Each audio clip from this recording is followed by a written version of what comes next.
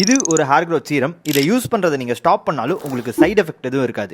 என்னோட ஹேர் ஃபாலை நான் இனிஷியல் ஸ்டேஜில் கண்டுக்காமல் விட்டதால நான் நிறைய கிளினிக்கல் ப்ரொசீஜருக்குள்ளே போக வேண்டியதாக போயிருச்சு. பட் அந்த மாதிரி கிளினிக்கல் ப்ரொசீஜர் வேணான்னு நினைக்கிறவங்களுக்கு அட்லீஸ்ட் நான் இப்போ சொல்ல போகிற 5 ப்ரொசீஜரை ஃபாலோ பண்ணிட்டு வாங்க. Point number 1, daily evening and night 2 times அது 5 to 10 minutes scalp massaging start பண்ணுங்க. டேரக்டாக உங்கள் ஸ்கேல்பில் இது பிளட் சர்க்குலேஷனை இம்ப்ரூவ் பண்ணும். அண்ட் பாயிண்ட் நம்பர் 2, நீங்கள் அதிகமாக வெயிலில் சுற்றுற அளவு உங்களுக்கு வேர்க்குது, மெயின்லி உங்களுக்கு டேண்ட்ரஃப்லாம் இருக்கிற மாதிரி இருந்துச்சுன்னா அட்லீஸ்ட் 3 times a week ஆகுது ஹேர் வாஷ் பண்ணி ஸ்கேல்பை க்ளீனாக வச்சுக்கோங்க. மறக்காம ஒரு கண்டிஷனர் யூஸ் பண்ணுங்க, அதுதான் ட்ரையா இருக்க ஸ்கேல்பை நல்ல மாய்ஸ்சர் பண்ணி வச்சுக்கோங்க. அண்ட் பாயிண்ட் நம்பர் 4, ஒரு ஹேர் க்ரோத் சீரமை டெய்லி நைட் கன்சிஸ்டன்டா யூஸ் பண்ண ஸ்டார்ட் பண்ணுங்க. அண்ட் அது பெட்டரா அப்சர்வ் ஆகிறதுக்கு கூட சேர்த்து ஸ்கேல்ப் மசாஜிங்கும் ஆட் பண்ணிக்கோங்க. மோரோவர் நீங்க ரிடன்சல், ரைஸ் வாட்டர், ரோஸ்மெரி, ஆனகைன் இந்த மாதிரி ஃபார்முலேஷன் கலந்த சீரம்ஸ் யூஸ் பண்றப்ப உங்க ஹேர் க்ரோத்துக்கும் அது யூஸ்ஃபுல்லா இருக்கும். அண்ட் ஆல்சோ இதை நீங்க ஸ்டாப் பண்ணா உங்களுக்கு சைட் எஃபெக்டும் இருக்காது.